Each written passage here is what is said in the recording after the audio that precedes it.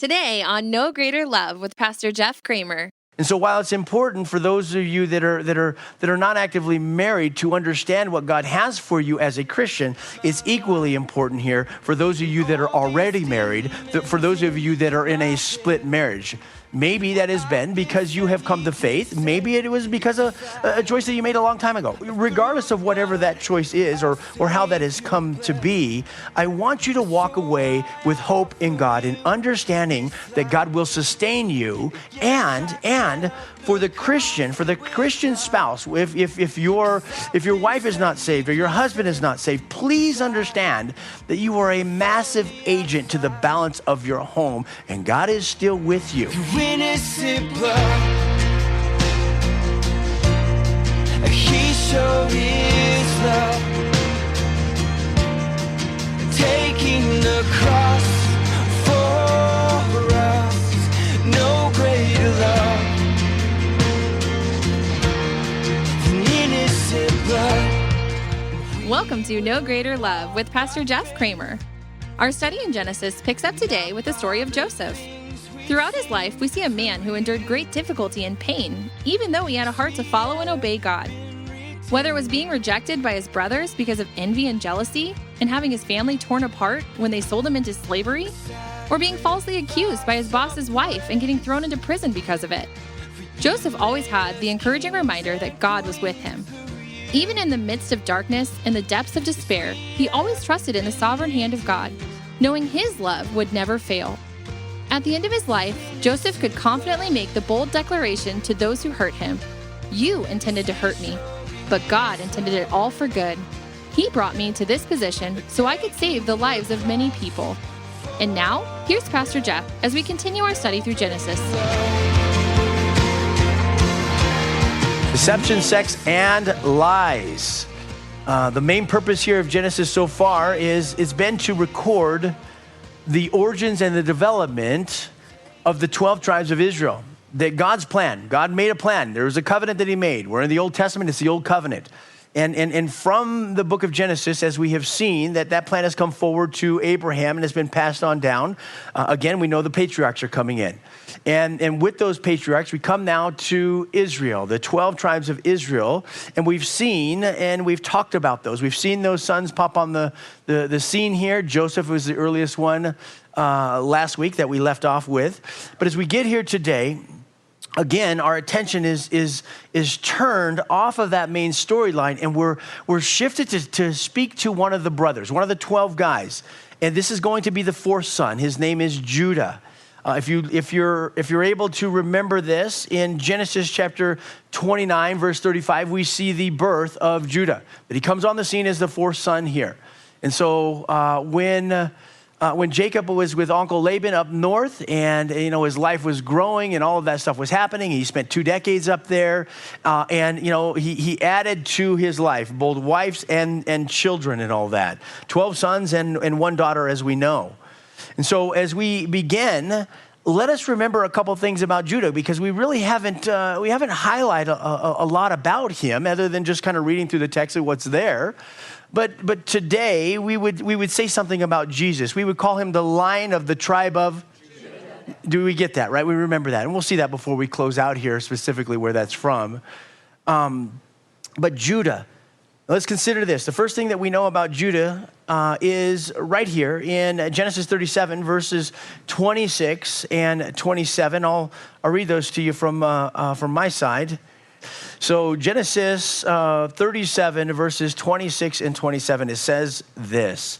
It says, "So Judah said to his brothers," he says, "What profit is there if we kill our brother and conceal his blood? Come, and let us sell him to the Ishmaelites, and let not our hands be upon him, for he is our brother and our flesh," and his brothers listened to him. And so Judah, he came up with this great idea to get rid of Joseph. Joseph was an absolute irritation, and we know that. And this is the first thing that we see here really about Judah. Again, that he is trying to get rid of his brother. And so as we go through this, we should understand that as he's turning him over, as the brothers are selling him to these Ishmaelites, they're slave traders. What do we call that today? Human Human trafficking. Okay, we made the connection. Okay, so we're not just talking about things from a foggy, distant past that are millenniums ago. We're talking about things that are actually still happening. And man, our state still has a lot of these challenges right in the middle of it with human traffickers and all of that stuff. And the Bible tells us, we can see this one on the screen, in Deuteronomy 24, verse 7. Take a peek at this.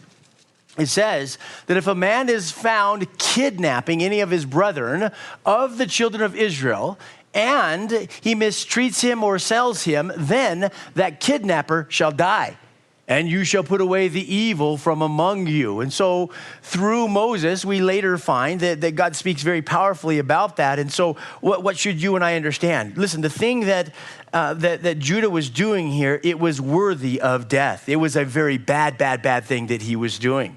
Now, as the story goes on here, Judah ends up leaving the family, and he marries a woman outside of the faith, outside of the covenant. He ends up marrying a Canaanite woman and having children with her. And so follow along. Genesis 38, I'll read you the first 5 verses. I'd like to do it in the NLT. So if you can, whatever version you have, you'll get it. And so verse number 1, it says, about this time, Judah left home, and he moved to Adullam, where he stayed with a man named Hira. And there he saw a Canaanite woman, the daughter of Shua, and he married her. And when he slept with her, she became pregnant. Imagine that. This is so weird. And gave birth to a son. And he named the boy And then she became pregnant again and gave birth to another son. And she named him Onan. And when she gave birth to a third son, she named him Shelah. At the time of Shelah's birth, they were living in Kizib. And so we quickly find here, again, right off of chapter 37, after all of this stuff that was going on and getting rid of the brother and the deception that spilled out of that towards their dad, right? Because they sent the tunic, the coat of many colors. They put animal blood all over it and send it off to Jacob. Oh, you lost your son. And, can you identify this for surely as his and all of that stuff? In the middle of all of this stuff happening, it reaches the point where Judah, he bolts, he leaves, he gets out of there. He ends up going about south and west, about 20 miles or so, and he comes down to this area of Adullam, as this it talks about. Now, Adullam, in your Bible, if you'd like to make a note right there, it means hiding place. We're familiar, perhaps, during the time of David when he was running from Saul in the cave of Adullam. It's the same exact area here, and if I could show it to you, I'll give you a cheesy-looking map about the movement in this chapter, and then I'll show you a beautiful picture of the area that we're talking about. So let's start with the map here. Here's the map. Horrible, okay? So we see Jerusalem, we see Bethlehem, we see all that, right? Okay, these guys were up north doing their stuff. All of this takes place. He ends up bolting and coming here. Through the flow of this story, we'll find him going from here to Kizib after the third son there. We saw that in verse number 5. And then before he gets involved here with his daughter-in-law, as she's pretending to be a prostitute to get his attention, they'll be up in Timnah. Now look at how beautiful this area is. Here's the next picture on this. This is the area. This is kind of looking south and west in the springtime. So this is from 2014 right here, this picture is. So it's looking south and west in this area here, but this is the spot that we're talking about. And man, he went out to that area. He took off to that area. What else do we know about this area? Again, just trying to bring some recognizable points within your mind, okay? On the north side of this area, we also know this about the Valley of Elah. We don't always remember the name of the valley, but we do remember the battle. It was between David and, how about Goliath in this one? But he does fight Saul, maybe not so much Saul, but Goliath for sure. He gets a good stone in his head. He had a stone remembrance there. So that's from 1 Samuel 17, but good guess on that, good guess. And so the Valley of Elah, we're seeing all of this right here. And so what can you and I learn here today? In 2024, what can we take away from what we're going to learn? Here's the first idea of the night, and that is don't avoid God's protection. Don't avoid God's protection. Follow along as I read now verses 6 through 10. It says that in the course of time that Judah, he arranged for his firstborn son, to marry a young woman named Tamar. Tamar is our next character that's coming on here. But He was a wicked man in the Lord's sight, and so the Lord took his life. And then Judah, this is his dad, he said to Er's brother, Onan, he says, go and marry Tamar, as our law requires, of the brother of a man who has died. You must produce an heir for your brother. But Onan, he was not willing to have children who would not be his own heir. And so, whenever he had intercourse with his brother's wife, he spilled his semen on the ground. And this prevented her from having a child who would belong to his brother. Now, we can begin to see as this story takes shape here in the challenges of what we're looking at. And the idea here is for us to take away. Again, we're looking at one of these interlude chapters. It's like, well, how do I make sense of that for the church? Well, I can read you the chapter, and maybe you'll be fascinated with the content of the chapter or something. But in the sense of grabbing hold of it and learning from the lessons of the past, if you will, don't avoid God's protection.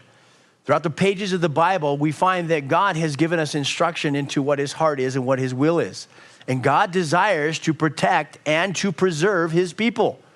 And so we have, we put that fun acronym out there, Bible, right?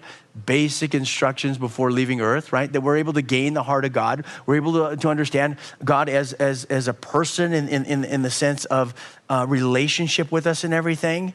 And so when it comes to these areas of God speaking to us about instruction into our life, we know that marriage is one of those areas that God speaks into. Why? Why does he speak into it? It's probably one of a number of reasons, but I would say this to you. I would say that it's because marriage impacts our daily life with delight, that we have that most delight, the most companionship, the most help, the most fun. Oh yes, and battles too, those happen in marriage, okay? But it's one of those things that tangibly impacts us the most. It's the one that we add, marriage, by being fruitful in marriage, that we add to the aspect of what's going on in the greater component of creation by having children. Now, if you're single, you're not married, or you can't have children or anything like that, please don't move beyond what we're talking about in this chapter. Just understand that we don't want to avoid God's protection. And God has given us his word, and he speaks to things about the marriage. Now, from the Old Testament to the New Testament, from Israel to the church, we know that God, he speaks in his word about intermarrying. And I need to bring this up because we're seeing this firsthand in chapter 38 and what is going to spill out from this, and even the amazing redemption ultimately that happens in the New Testament. But for now, let's take a look at this. 1 Corinthians chapter 7, take a look at the screen here. Paul gave this. He was asked from those in Corinth. He was asked a question. He's asking or answering questions rather from those that were single by way of death, right? Their spouse had died. He's asking the question to those that are single by way of divorce. And he's going on down through a number of things in the chapter. And we get to verse number 39. And he says, a wife is bound by law as long as her husband lives. But if her husband dies, she's at liberty to be married to whom she wishes. And the key phrase is, we see the heart of God carry over Old Testament, Old Covenant into the New Testament right here. Only in the Lord.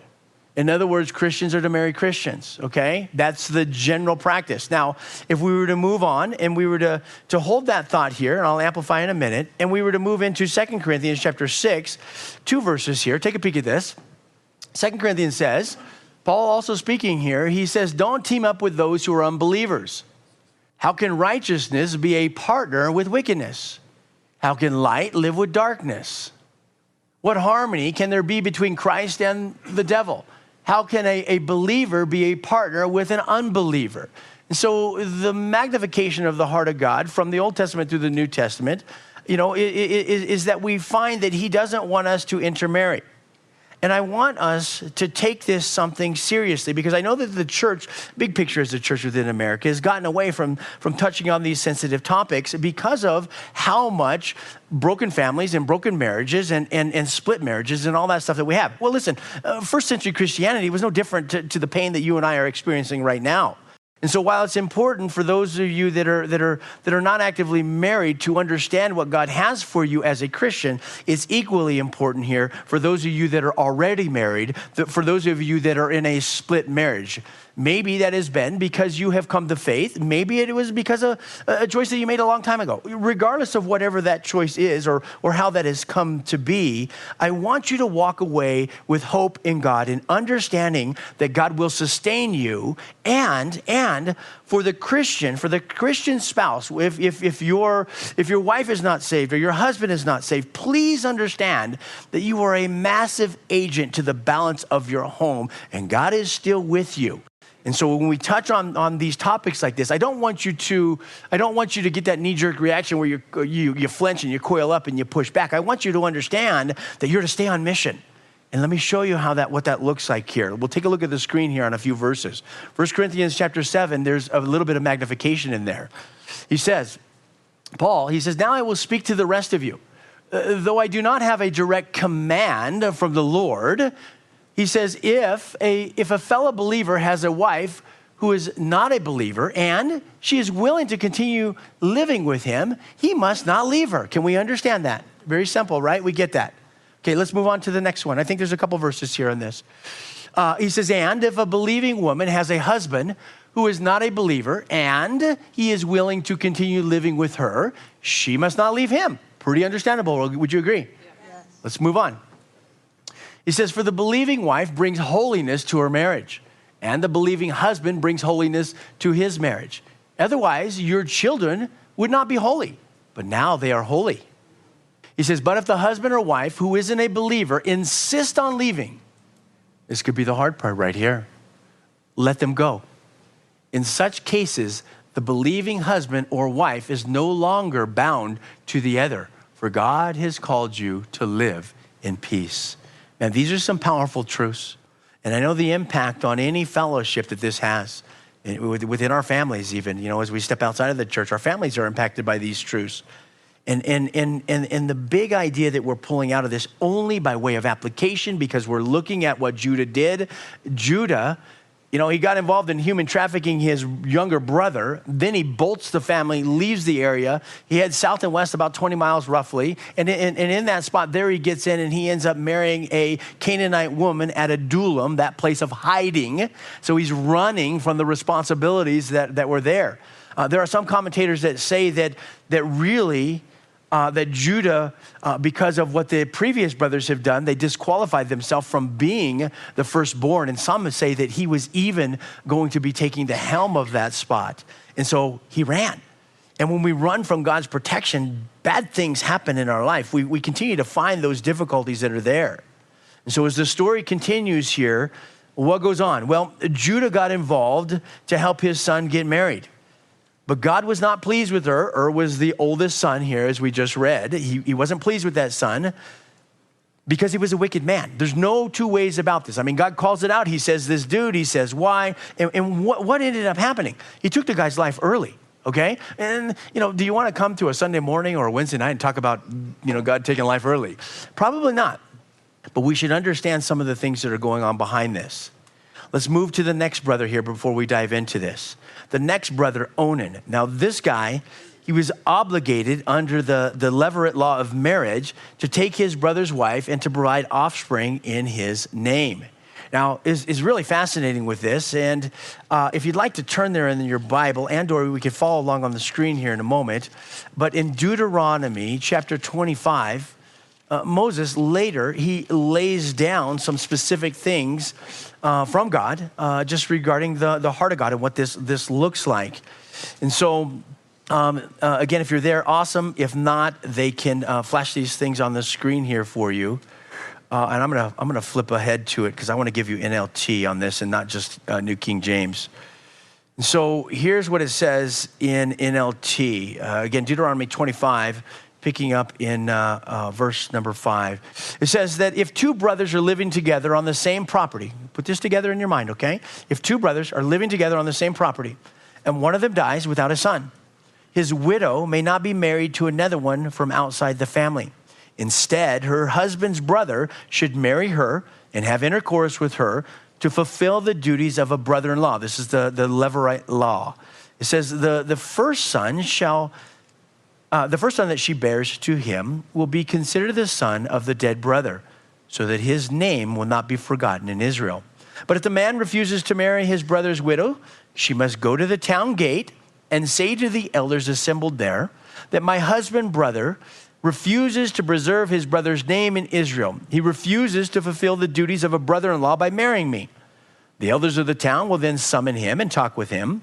If he still refuses and says, I don't want to marry her, the widow must walk over to him in the presence of the elders, pull off his sandal from his foot, and spit in his face. We got some drama, mama. Then she must declare, this is what happens to a man who refuses to provide his brother with children. Ever afterward, in Israel, his family will be referred to as the family of the man whose sandal was pulled off. Now, that's a bad deal right there. You don't want to be referred to as the guy who lost his sandal and got spit in the face in the whole 9 yards there. But if we can understand this, okay, we can go back farther before this in capturing the heart of God in Leviticus chapter 20, verse 21, that God makes provisions in there. It's like, hey, listen, you can't have sex with your brother-in-law, okay? That's in there. Now watch, here's the difference between the two, because why is God saying this over here? You can't have, and then over here he's saying, hey, go and fulfill this particular thing. Listen, this is all about living in dead, okay? So in Leviticus 20, okay, it's adultery. You can't go over there and have sex with somebody else's spouse, okay? We can understand that.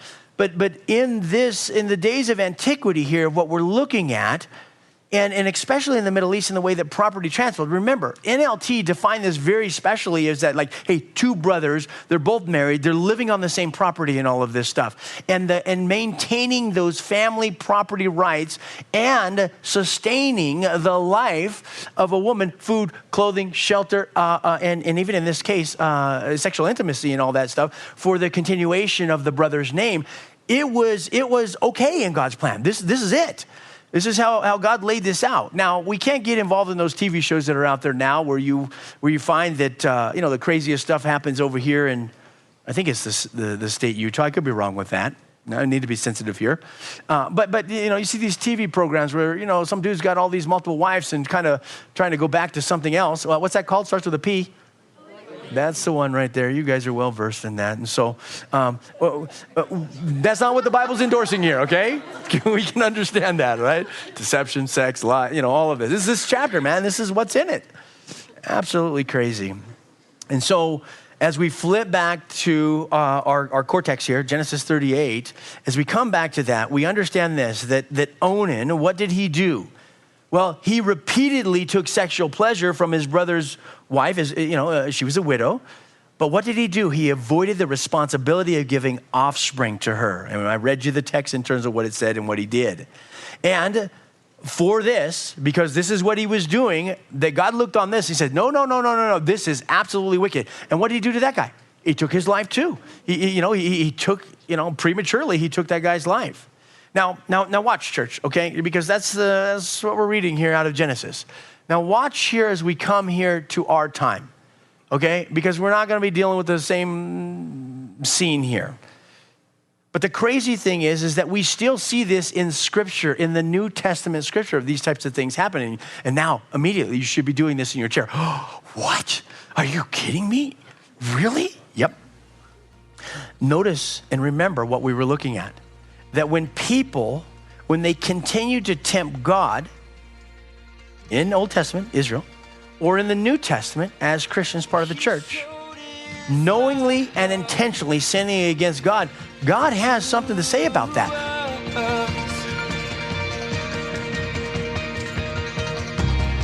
That's all for today. Join us for our next broadcast of No Greater Love with Pastor Jeff Kramer, weekdays at 10:30 a.m.